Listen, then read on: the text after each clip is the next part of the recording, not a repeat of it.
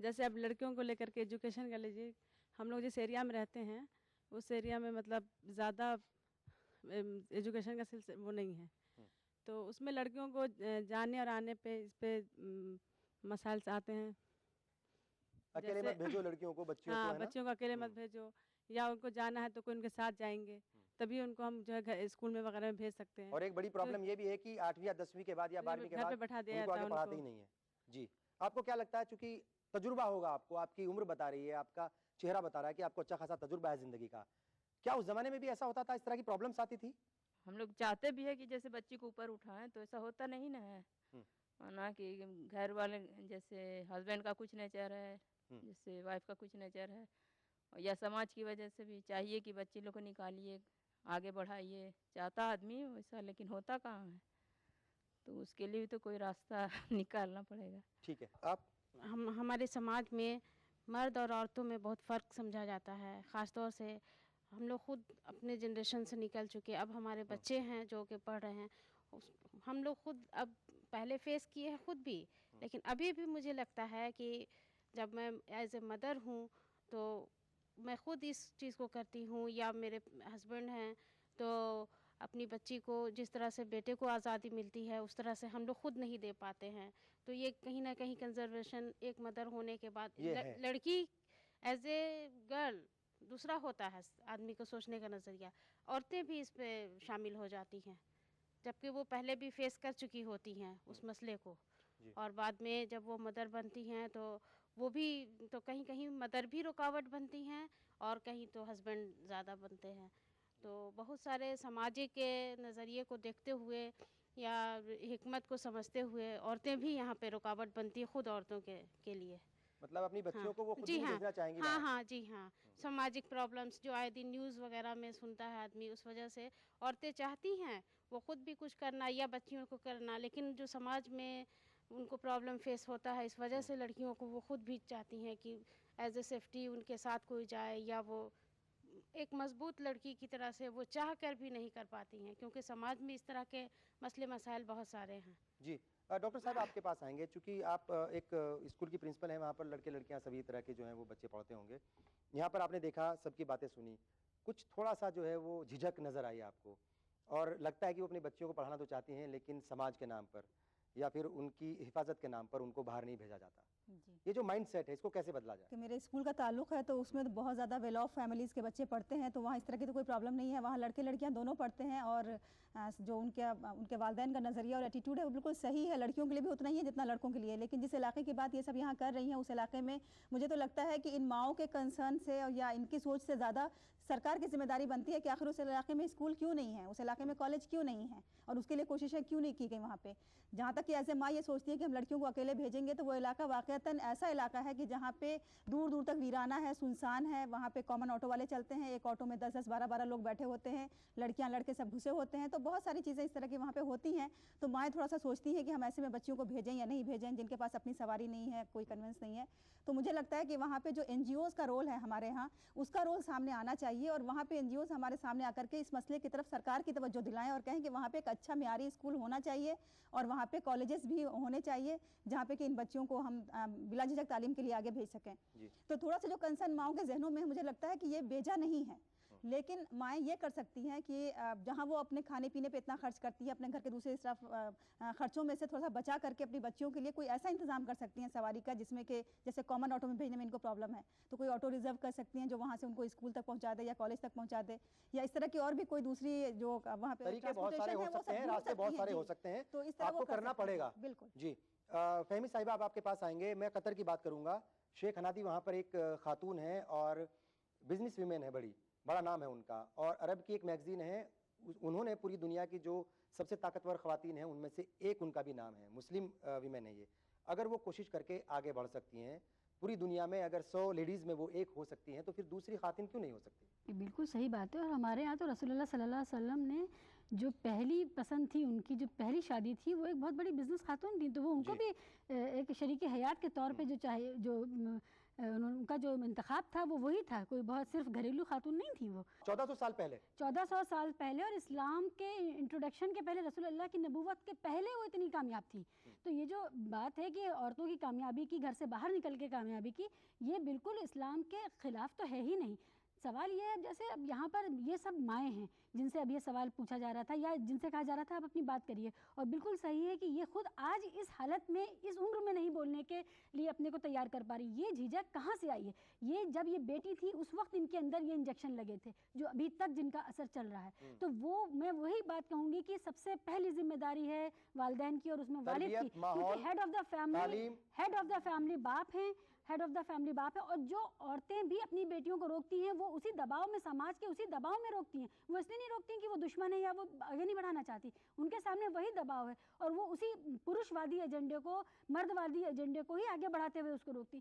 तो जो पूरा हमारा फ्रेमवर्क है वो इतना ज़्यादा मर्दवादी है कि कोई औरत अगर वो मान लीजिए माँ के तौर पे है या दादी के तौर पे, वो भी ऑपरेट तो वो उसी फ्रेमवर्क में कर रही है। हमारे पास रजिया सुल्तान बेगम, हजरत महल कई बड़े एग्जाम्पल हैं। जहाँ वालिद ने मौका दिया वहाँ और तो लड़कियों ने अच्छा करके दिखाया। रजिया का मामला भी यही था कि उसका नाकारा भाई था, इसके बावजूद वालिद ने भरोसा किया अपनी बेटी पर, बेटी ने करके दिखाया।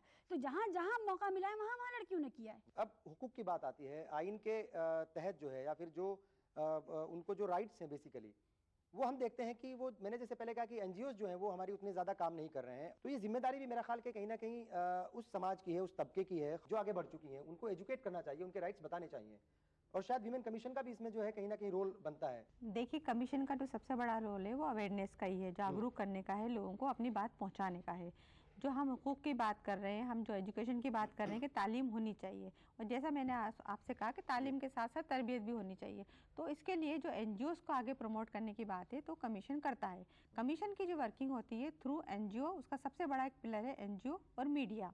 इसमें मीडिया को भी बहुत, आपको भी मैं रेस्पेक्ट करना चाहूँगी कि ईटीवी का एक बहुत अच्छा प्रयास है जो ये आप ये चैनल शुरू कर रहे हैं। जो प्रोग्राम है इसको कितनी ख़वातीन देखेंगी, उसमें कितना जोश आएगा, वो अपने आप को महसूस करेंगी कि चलिए हम अपनी बात आगे कह सकते हैं।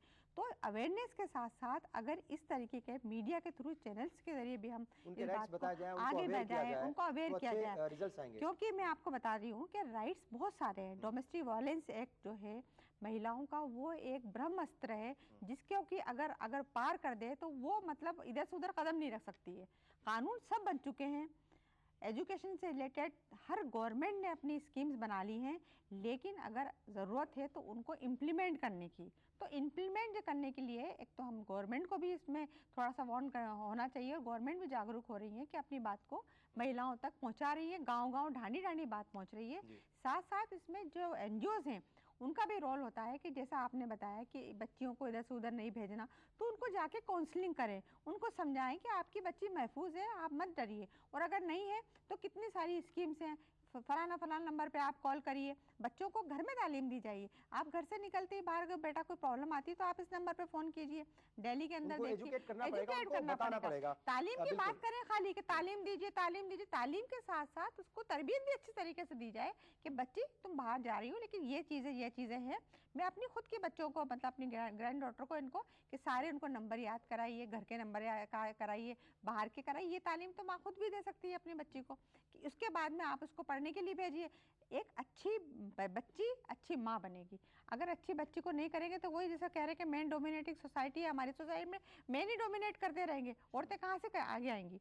तो बच्चियों की तालीम के साथ साथ तरबियत होनी चाहिए, और साथ में उसमें हिम्मत और हौसला भी घर से मिलना चाहिए और फिर स्कूल से मिलना चाहिए। तस्नीम साहिब, आप आपके पास आएंगे, जो मुस्लिम खवातीन हैं उनको किसे अपना रोल मॉडल मानना चाहिए? रजिया सुल्तान को, बेगम हजरत महल को, या फिर जो फिल्मी दुनिया की जो हमारे सामने नाम आते हैं, कुछ मधुबाला है, मीना कुमारी है, तब्बू है, बहुत सारे नाम हैं, ऐसे नरगिस थी, किसको रोल मॉडल मान करके आगे बढ़ना चाहिए? या फिर हजरत खदीजा?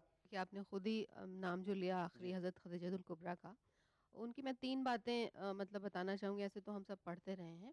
पहली चीज़ ये थी कि हमारे प्यारे नबी सल्लल्लाहु अलैहि वसल्लम तिजारत का उनका माल लेकर जाया करते थे, तो यानी वो एम्प्लॉयर थी और नबी सल्लल्लाहु अलैहि वसल्लम एम्प्लॉई थे उनके। और नबी सल्लल्लाहु अलैहि वसल्लम ने हज़रत खदीजा को पसंद नहीं किया था, हज़रत खदीजा ने नबी सल्लल्लाहु अलैहि वसल्लम को पसंद किया था। ये बड़ी बात है। फिर जब इस्लाम कबूल करने का वक्त आया तो पहला मतलब जो खातून है उन्होंने इस्लाम कबूल किया, पहली वो मुसलमान खातून थी। तो यहाँ पे 2-3 चीज़ें हुई। पहली तो ये कि जो बिजनेस था, एंटरप्रेनर का नाम लेते हैं आज, विमेन एंटरप्रेनर, तो हमारे यहाँ तो एंटरप्रेनर बहुत 14 पहले साल से पहले थी। हमें कहीं दूर जाने की मिसाल लेने की, रोल मॉडल की कहीं दूसरी जगह देखने की ज़रूरत नहीं है। ये सब हमारे यहाँ मौजूद है, हमें उसकी अच्छे से जानकारी नहीं होती, बताया नहीं जाता, और वहीं तक बताया जाता है जहाँ तक हमारे घर का मर्द ज़रूरी समझता है। और जहाँ तक उनके हक में बात हो रही हो। बिल्कुल बिल्कुल, जहाँ तक उनके हक में बात हो तो। और फिर ये है कि ये जो भी रोल मॉडल होते हैं ना, वो देखिए अलग अलग समाज, अलग अलग इसमें अलग अलग तरह के हो सकते हैं। जैसे जो एक्टिविस्ट होती हैं, उनके रोल मॉडल एक्टिविस्ट तबके का कोई बड़ा नाम हो अच्छा, मैं एक सकता है। चीज़, चूंकि आप जर्नलिस्ट भी हैं तो एक सवाल आपसे लाजमी हो जाता है।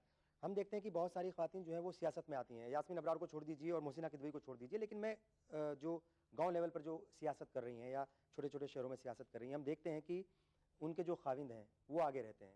नाम के लिए जो है कोई खातून है, लेकिन असल जो काम होता है वो उसके जो खाविंद है वही करते हैं। नहीं, इसकी एक बहुत बड़ी मिसाल हमारे बिहार में है। हमारे बिहार के मुख्यमंत्री नीतीश कुमार साहब ने जो 50% रिजर्वेशन दिया, तो ऐसा थोड़ी था कि कहीं बाहर से औरतें आके इलेक्शन लड़ गई और फिर ये हो गया। जब जीत के आई और सबने जब कदम निकाला बाहर, और तो फिर वो फिर बाहर आने लगी, फिर ये इल्ज़ाम लगने लगे कि जो मर्द था वही एसपी बोलते हैं, हाँ, सरपंच पति बोलते हैं। हाँ जी जी, ये हमारे बोलते राजस्थान में तो हैं, इस तरह से लेकिन कुछ होता है। नहीं, लेकिन अब फिर उसमें अमेंडमेंट किया गया और फिर अब जरूरी कर दिया गया कि जो जीत के आई हैं, जो लेडीज हैं, वही आएंगी, वही रिप्रेजेंट करेंगी। जो मैंने कहा, रोल मॉडल आपके लिए कौन हो सकता है? सानिया मिर्जा भी हो सकती हैं आपके लिए, बेनज़ीर भुट्टो भी हो सकती हैं, और कोई फिल्मी जो स्टार हैं वो भी हो सकती हैं।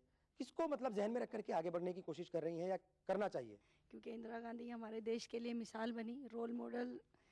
उनके बाद में मुझे नहीं लगता कोई और ऐसा जो लेडीज़ है पॉलिटिकल में ले लीजिए, कोई इतना रुतबा और ओहदा नहीं मिला किसी लेडीज़ को। नहीं, मैं हिंदुस्तान की बात आप कर रही हैं। नहीं, हिंदुस्तान में मैं यही कहूँगी, इंदिरा जी के बाद में अगर रोल मॉडल में अगर मैं मानती हूँ तो वो है मिसेस गांधी, सोनिया गांधी को।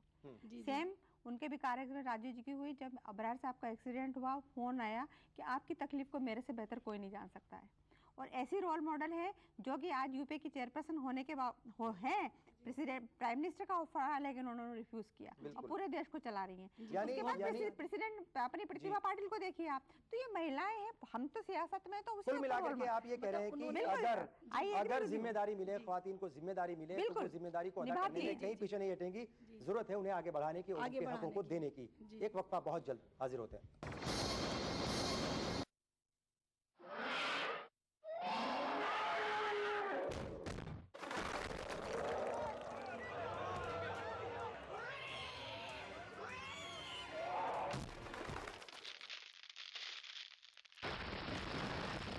सीमेंट, सस्ता नहीं, सबसे अच्छा।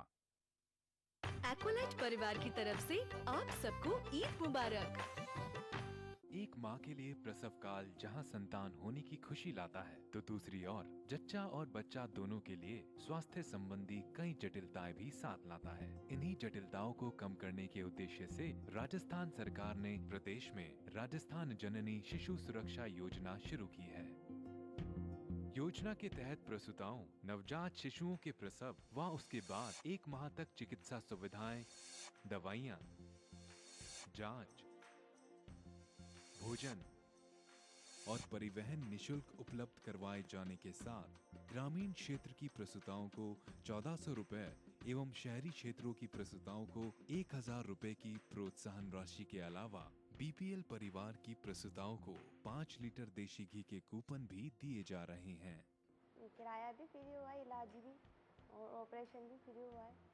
हम नॉर्मल फैमिली से, हमारा इतना खर्चा शायद प्राइवेट में उठा नहीं सकते, इसलिए हम यहाँ आए। मैं इस योजना से बहुत खुश हूँ। राजस्थान जननी शिशु सुरक्षा योजना में बीते 2 वर्षों में अब तक लगभग 9 लाख महिलाएं और 2 लाख से अधिक नवजात शिशु लाभान्वित हुए हैं। राजस्थान में योजना की बेहतरीन क्रियान्विति को देखते हुए केंद्र सरकार द्वारा राज्य को 665 करोड़ रुपए की विशेष वित्तीय स्वीकृति मिली है। जनाब कादिर राना, एमपी मुजफ्फरनगर और राणा स्टील इंडिया की तरफ से तमाम अहले वतन को ईद मुबारक। राणा एंगल, चैनल्स और DRN राणा, बस नाम ही काफी है।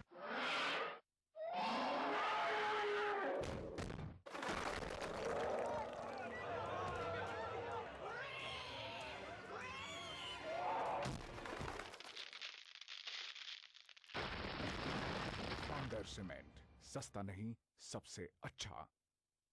माह रमजान और ईद के मुकद्दस मौके पे शेरा कॉमेट की तरफ से आप सभी को बहुत मुबारकबाद। वक्फे के बाद एक बार फिर आप सभी का इस्तकबाल है। हमारे मसाइल में आज हम बात कर रहे हैं मुस्लिम ख़वातीन की, उनके सामने किस तरह के मसाइल है और उन्हें कैसे हल किया जाना चाहिए। अब आपके पास ही मैं आऊँगा फ़हमी साहिबा।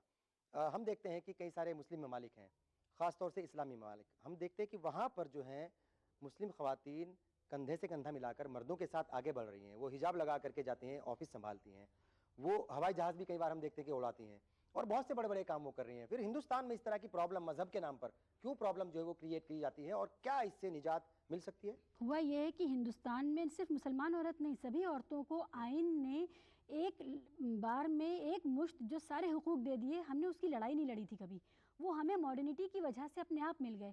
तो इसलिए क्योंकि हमने बिना मेहनत किए वो हुकूक हमें मिले हैं, इसलिए हमें उनकी कदर भी कम है।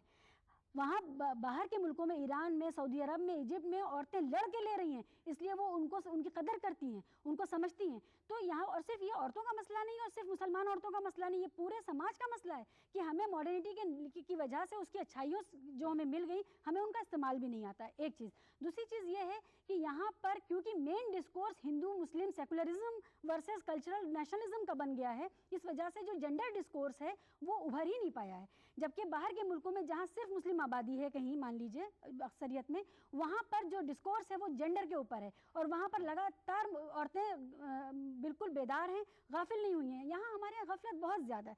तो ये हमारा जो लोकेशन है एज अ माइनॉरिटी, उसका बहुत बड़ा रोल है हमें पीछे रखने में। सियासत की अगर हम बात करें तो हिंदुस्तान के अंदर मुस्लिम ख़वातीन का जो दायरा है वो महदूद नज़र आता है।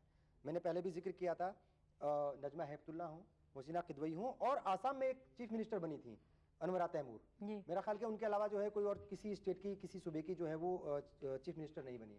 वजीर तो बहुत सारी बनती हैं, क्या वजह है? अगर हम बांग्लादेश की बात करें, पाकिस्तान की बात करें तो वहाँ पर तो प्राइम मिनिस्टर भी बनी है और ख़वातीन जो है काफ़ी आगे हैं सियासत में। वही मैं जानना चाह रहा हूँ, उनकी अपनी लड़ाई नहीं थी। बिल्कुल बिल्कुल। वजह क्या है कि हिंदुस्तान में जो है वो मुस्लिम ख़वातीन वो सियासत के मैदान में बहुत ज़्यादा आगे नहीं बढ़ पाई, बहुत ज़्यादा बेहतर नहीं कर पाई? या तो उनको ऐसा कोई प्लेटफॉर्म नहीं मिला और जिनको प्लेटफॉर्म मिला वो आगे आई गई हैं। और अगर प्लेटफॉर्म नहीं मिला तो अब धीरे धीरे जो रिजर्वेशन हो रहा है और गांव से रूरल एरिया से सरपंच बन करके आ रही हैं, उसके बाद एमएलए बन रही हैं। राजस्थान में भी ऐसा नहीं है कि मैं इसलिए कह रहा हूं कि अगर हम मजहब की बात करते हैं कि मजहब के नाम पर रोका जा रहा है आपको, तो फिर बांग्लादेश में क्यों नहीं रोका जा रहा है? सऊदी अरब में क्यों नहीं रोका जा रहा है? पाकिस्तान में क्यों नहीं रोका जा रहा है? लेकिन इसका मतलब कुछ और भी वजह है? नहीं, ऐसी कोई वजह नहीं है। हिंदुस्तान में सिर्फ मजहब के नाम पे नहीं रोका जा रहा है। अगर आप ये आपका ये ख्याल है कि हिंदुस्तान में मजहब के नाम पे रोका जा रहा है, ख़वातीन आगे नहीं आ रही है, हिंदुस्तान में ऐसा नहीं है। हिंदुस्तान में डेमोक्रेसी है, यहाँ पर सब अपने अपने हिसाब से आगे आती हैं। लेकिन वही बात में है कि जो एजुकेशन है और एजुकेशन के साथ साथ अवेयरनेस अगर हम आगे लाते हैं तो हमारी मुस्लिम महिलाएं भी आगे आएंगी। डॉक्टर साहिबा, एक और अहम मसला है, बिल्कुल इस इशू से थोड़ा अलग है। आजकल हम देख रहे हैं कि जो लड़कियां हैं उनको पैदा होने से पहले उनका कत्ल कर दिया जाता है। बड़ा इशू ये हो रहा है इन दिनों। ऐसे में किस तरीके से जो है इस मसले से बचा जाए और ये जो प्रॉब्लम है इसकी वजह से रेशो भी जो है वो कहीं ना कहीं लड़का और लड़कियों का बिगड़ रहा है, इसे कैसे दूर किया जाए? देखिए, हमें सबसे ज़्यादा खुशी इस बात की है कि इस मसले के लिए मुसलमान जो हैं वो उतने ज़्यादा नहीं हैं जिम्मेदार, क्योंकि जो अभी रिपोर्ट्स आई हैं उस रिपोर्ट्स में यही कहा गया है कि जो मुस्लिम कम्युनिटी के अंदर है वो लड़कियों की जो कत्ल साजी है या तो पेट के अंदर या रहम के अंदर या बाहर, वो कम है। लेकिन फिर भी आज हमारे मुसलमानों में भी ये धीरे धीरे सरायत कर रही है ये बीमारी। तो कुरान में साफ साफ ये कहा गया है कि जब जिंदा दरगोर की हुई लड़कियों से सवाल किया जाएगा कि तुमको किस जुर्म की पादाश में जिंदा दरगोर किया गया था, यानी किस जुर्म की पादाश में मारा गया था। तो ये एक बहुत बड़ी वईद है सब मुसलमानों के लिए कि वो अगर इस तरह की हरकत कर रहे हैं तो सरासर कत्ल कर रहे हैं और इस्लाम में इसकी कोई गुंजाइश ही नहीं है, बल्कि ये हराम है और अल्लाह के इसके लिए उनको उतना ही पनिशमेंट मिलेगी जितना कि कत्ल की मिलेगी।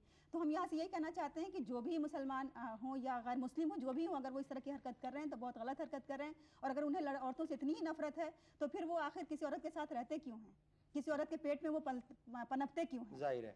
और अगर वो बर्दाश्त कर सकते हैं ये सब चीज़ें तो उन्हें दुनिया में आने का कोई हक नहीं। ठीक है। अच्छा, आप कोई सवाल कुछ करना चाहेंगे? कुछ लोग अपने ख्यालात का इज़हार करना चाहेंगे? जी मैम, मैं हलीमा साहिबा से पहले एक क्वेश्चन करना चाहती हूँ। मैम, आपने अभी कहा कि हम लोग जो है अपना कल्चर के साथ ही रहकर अपने आप को आगे बढ़ा सकते हैं, लेकिन मैम ऐसा नहीं है हर जगह। क्योंकि मैंने खुद न्यूज़ चैनल्स पे देखा है कि एक लड़की थी जो स्कूल में स्कार्फ लगा के जाती थी, लेकिन उसकी प्रिंसिपल ने उसको स्कूल से उसका एडमिशन कैंसिल करने को बोला, या तो आप एक चीज़ चूज़ कर लीजिए, या तो आप अपना एडमिशन देख लीजिए स्कूल में, या फिर आप इसको स्कार्फ को लगाइए। तो मैम तालीम के साथ वो अपना कल्चर प्रिजर्व नहीं कर पा रही थी। और मैम, मैं एक क्वेश्चन आपसे करना चाहूँगी।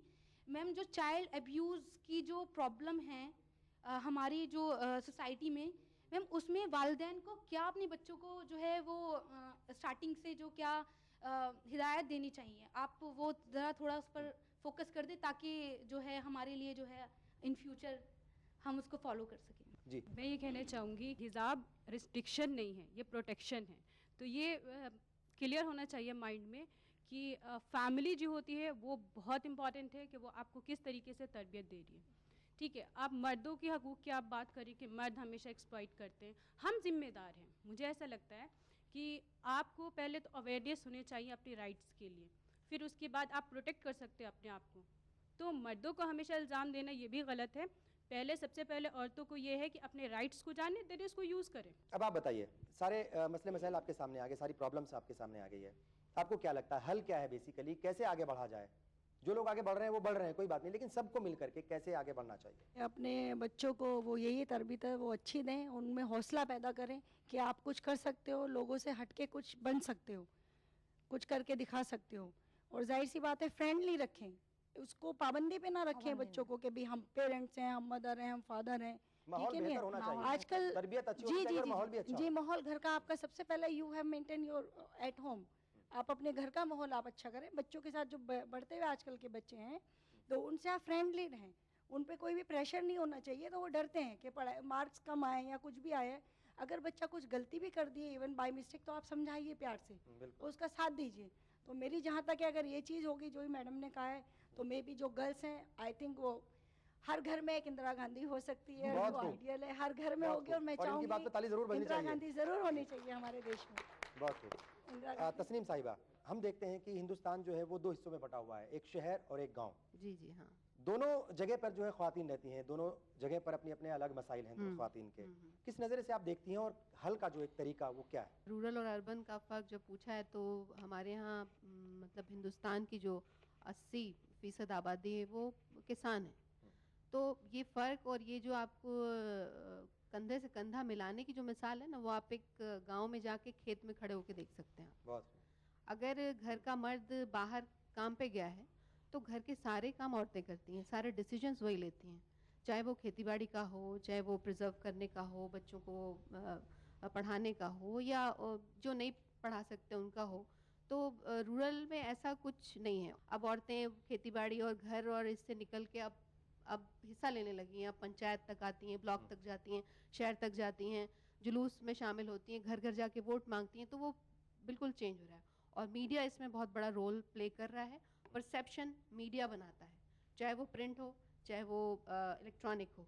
तो जैसा आप दिखाएंगे जहन वैसे ही आबियार होंगे। और एक बात और ये कि जब तक आप ख्वाब नहीं देखेंगे तो उन्हें मुकम्मल कैसे करेंगे आप देखिए, जद्दोजहद कीजिए और उनको मुकम्मल कीजिए और उसके रास्ते का जो इंतखाब कीजिए। फिर ये ठान लीजिए कि उसके रास्ते में जो भी कांटे आए, प्रॉब्लम्स आए, बाधाएं आए, उनको मुझे पार करना है और अपने हदफ तक पहुंचना है। तो फर्स्ट आप पहले टारगेट चूज कीजिए, तब वहां तक चलने की कोशिश कीजिए। आप बताइए, उनका भी एक सवाल था और ये जो मसले हैं ये मसले ना रहें, क्या कुछ होना चाहिए? चाइल्ड अब्यूज़ में ये सिर्फ मुसलमानों का मसला नहीं है, पूरे समाज का मसला है। सबसे ज़रूरी बात यह है कि माँ बाप ये बच्चों को बताएं कि एक सेहतमंद बर्ताव और एक बीमार बर्ताव क्या होता है, उससे कैसे बचा जाए। दूसरी बात यह कि जब बच्ची शिकायत लेकर के आए कि फ़लाँ ने किया, चाहे वो कितना भी करीबी रिश्तेदार क्यों ना हो, फ़लाँ ने उसके साथ बुरा बर्ताव किया, बीमार तरीके से उसको देखा, उसको छुआ, तो बच्ची पर यकीन करें, बच्ची को हौसला दें कि वो अपनी बात कह सके और उसको तहफ़्फ़ुज़ दें, उसको महफूज करें उस इंसान से। तो ये जो भरोसा है कि हम अपने माँ बाप के पास अपनी परेशानी लेके जा सकते हैं, बिल्कुल उसी तरह जैसे जब हमारे सर में दर्द होता है तो जाते हैं, पेट में दर्द होता है तो जाते हैं, उसी तरह जब हमें समाज में कोई परेशानी आए और हम माँ बाप के पास भरोसे से जा सकें तो वो बच्चे कभी भी किसी इस तरह के हादसे का गुपचुप शिकार नहीं होते रहेंगे और वो इस्तेसाल के आदी नहीं बनेंगे और वो एक्सप्लॉयटेशन रुक जाएगा। दूसरी बात, जहाँ तक हिजाब का मामला है, देखिए हिजाब का मामला एक सजेशन के तौर पर आया हुआ है हमारे यहाँ। सतर की हिफाजत दोनों के लिए है। सतर की हिफाजत के लिए हिजाब का तस्वुर है, हिजाब किसी लिबास में नहीं है। लिबास आप अपना चुन सकते हैं, लेकिन ये वो चादर हो सकती है, वो अबाया हो सकती है, वो टी शर्ट हो सकती है, वो कुछ भी हो सकता है, लेकिन सतर की हिफाजत होनी चाहिए, तब ये तस्वुर है। और उसके लिए किसी भी तरह की पाबंदी नहीं है। खाना और कपड़ा किसी भी जगह पर वहाँ की जलवायु, वहाँ की पैदावार तय करती है। ऐसा नहीं है कि हमारे यहाँ अगर संतरा पैदा होता है तो हम ज़बरदस्ती अमरूद खाएंगे या आम खाएंगे। तो खाना और कपड़ा भी कि जो हमारी जलवायु है, जो हमारी फ़िज़ा है, हम उसके हिसाब से कपड़े पहनेंगे और उसी के तहत हम सतर की हिफाजत करेंगे। अरबों के लिए ये बिल्कुल ठीक था कि वहाँ गर्म रेत के अंधड़ चलते थे तो वो पूरा का पूरा जुब्बा पहनते थे, मर्द भी और औरतें भी। हमारे लिए वो ज़रूरी नहीं है। हम अपने सतर की हिफाजत अपने आबो हवा के हिसाब से करेंगे। हमारे लिए कोई ज़रूरी नहीं है हम अबाया पहने। जी, अब मैं आपके पास आऊँगा डॉक्टर साहिबा। तालीम का जो मामला है, वहाँ पर पैगम्बर मोहम्मद सल्लल्लाहु अलैहि वसल्लम ने भी जो है वो ख़ास तौर से ख़वातीन की तालीम पर जोर दिया है। कहा है कि अगर एक मर्द पढ़ेगा तो सिर्फ एक ही आदमी पढ़ेगा, लेकिन अगर एक खातून पढ़ती है पूरा मुआशरा या पूरा घर या पूरा ख़ानदान जो है वो तालीम याफ्ता बनेगा। ऐसे में तालीम का जो पूरा मामला है वो कितनी अहमियत रखता है, ख़ास तौर से ख़वातीन के हुकूक को उनको दिलाने में? हाँ जी, सबसे पहले तो मैं इस गुड़िया का जवाब दे दूं। जैसा कि फ़हमी साहबा ने बताया कि सतर की हिफाजत बहुत ज़रूरी है, तो सतर मैं बता दूं, सबको वाज़ेह कर दूं कि इस्लाम के एतबार से सतर क्या है। सतर यही है कि आपका ये चेहरा और ये दोनों हाथ और दोनों पाँव के अलावा पूरा जिस्म छुपा होना चाहिए। जैसे कि आपने मदर टेरेसा को देखा होगा, मदर टेरेसा जैसा लिबास पहनती हैं, बिल्कुल सातिर लिबास है। आप उस तरह साड़ी पहन के कीजिए या जीन्स पहन के कीजिए या पैंट शर्ट पहन के कीजिए, इसमें कोई एतराज़ नहीं है इस्लाम को।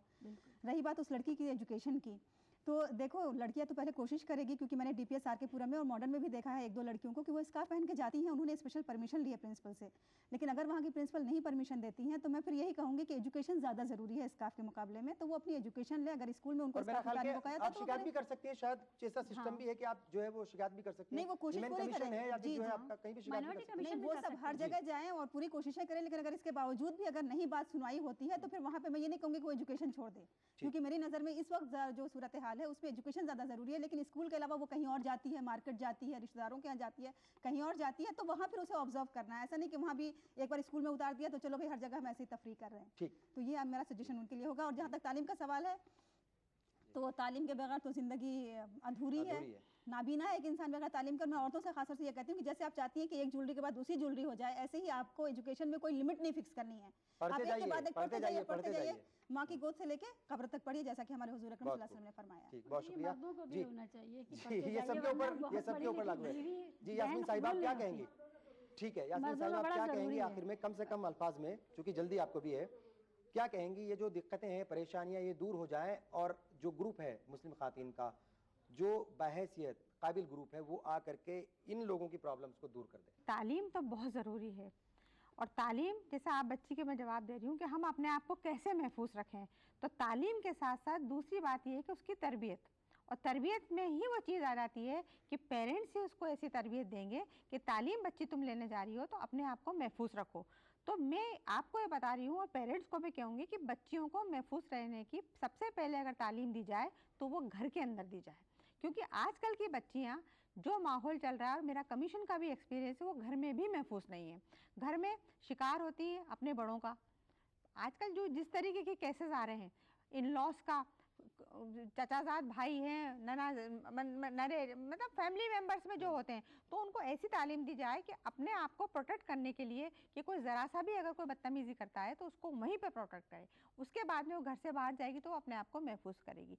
तो तालीम ही इसका सबसे बड़ा बात है। यानी तालीम हासिल करो, आगे बढ़ो और अपने हुकूक को जो है हासिल करो, और अपने हुकूक को आगे करो। ये नहीं कि हमने तालीम ले ली, और तालीम सिर्फ एजुकेशन जो सिर्फ पढ़ाई नहीं होती, किताबी तालीम ही तालीम नहीं होती है। मैं ये कहना चाहती हूँ कि किताबी के साथ साथ दूसरी तालीमें भी आपको लेनी चाहिए, जो कि इन प्रैक्टिस होती हैं, आप लाइफ में होती हैं, समाज में होती हैं, घर के बाहर निकलने के बाद होती हैं, वो तालीम भी पेरेंट्स को देनी चाहिए। बहुत बहुत शुक्रिया। अहम इशू पर आप सब लोगों ने अपने ख्यालात का इजहार किया।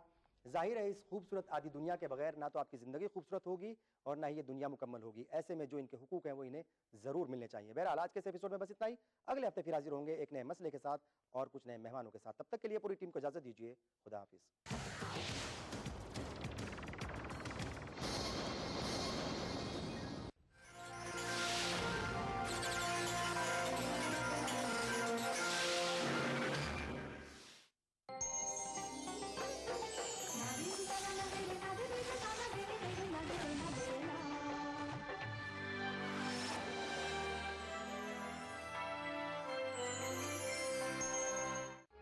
उभरते कश्मीर के अनछुए पहलू, नई सोचो फिक्र, मुनफरिद तहजीब और रिवायात जिनसे फूट पड़ते हैं कश्मीरियत के रंग। देखिए कश्मीर एक्सप्रेस पीर की रात 8 बजे और मंगल की शाम 6 बजे सिर्फ ETV उर्दू पर।